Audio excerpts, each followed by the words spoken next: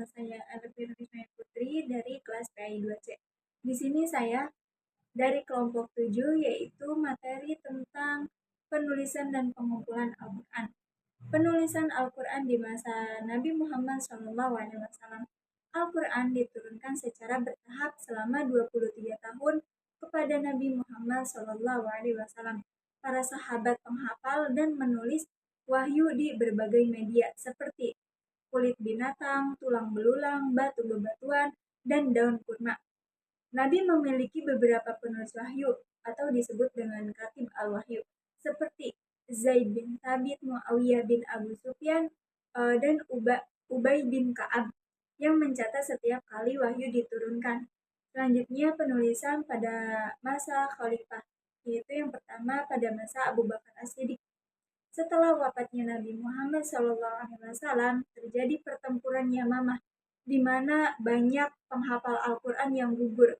Umar bin Khattab sudah mengusulkan pengumpulan Al-Quran untuk mencegah hilangnya wahyu khalifah. Abu Bakar menugaskan Zaid bin Thabit untuk mengumpulkan seluruh wahyu dari berbagai sumber. Proses ini menghasilkan satu mushaf yang disimpan oleh Khalifah Abu Bakar. Kemudian disimpan juga oleh Umar bin Khattab dan akhirnya sekarang disimpan oleh Hafsah bin Umar, yaitu putri dari Umar.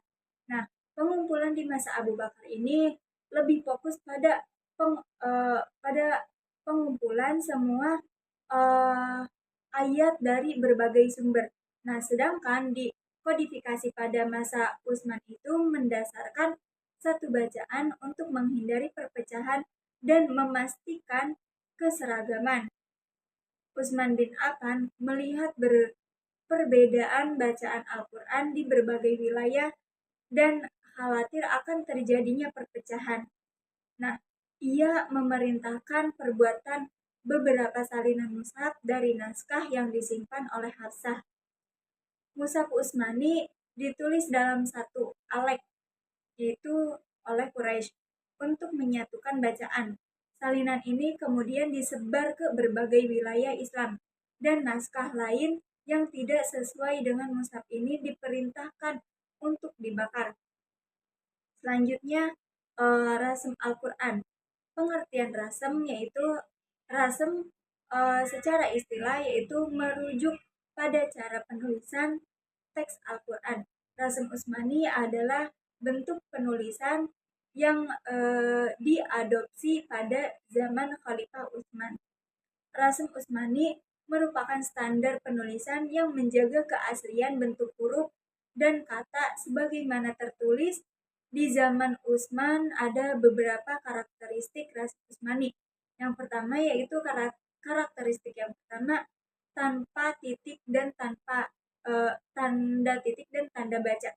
Pada awalnya Rasem Utsmani tidak menggunakan titik di atas atau di bawah huruf serta tidak ada tanda baca seperti yang digunakan dalam tulisan Arab modern.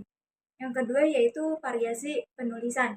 Ada beberapa kata yang ditulis dengan variasi tertentu yang mungkin berbeda dengan penulisan bahasa Arab kontemporer. Yang ketiga yaitu konservasi bentuk aslinya. Rasem ini mempertahankan penulisan asli untuk menjaga otentisitas Al-Quran seperti yang pertama kali ditulis.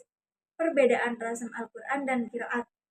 Rasem Al-Quran adalah bentuk penulisan teks Al-Quran yang mengikuti aturan penulisan pada masa awal Islam, terutama seperti yang terdapat dalam Mushaf Utsmani.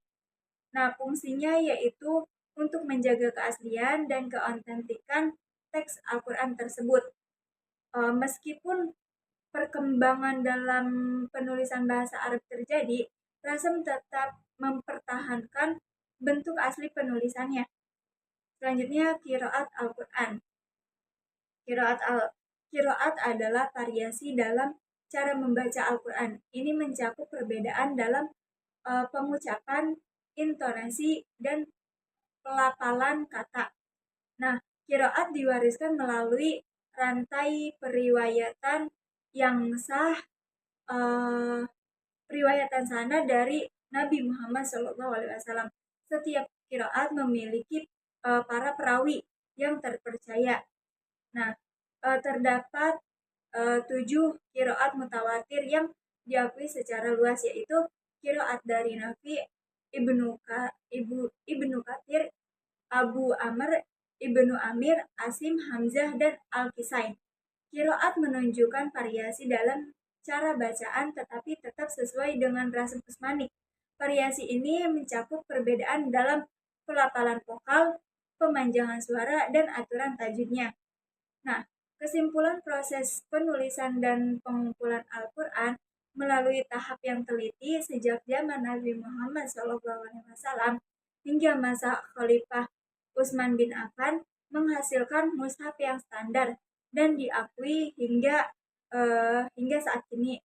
Rasm Utsmani menjadi bentuk penulisan asli teks Al-Quran, sedangkan qiraat mencakup variasi dalam bacaan yang diakui secara sah dan memiliki sanad yang sah dari Nabi Muhammad SAW.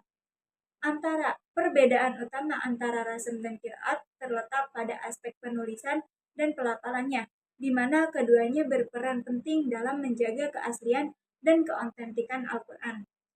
Cukup sekian penjelasan yang dapat saya sampaikan, kurang lebihnya mohon maaf.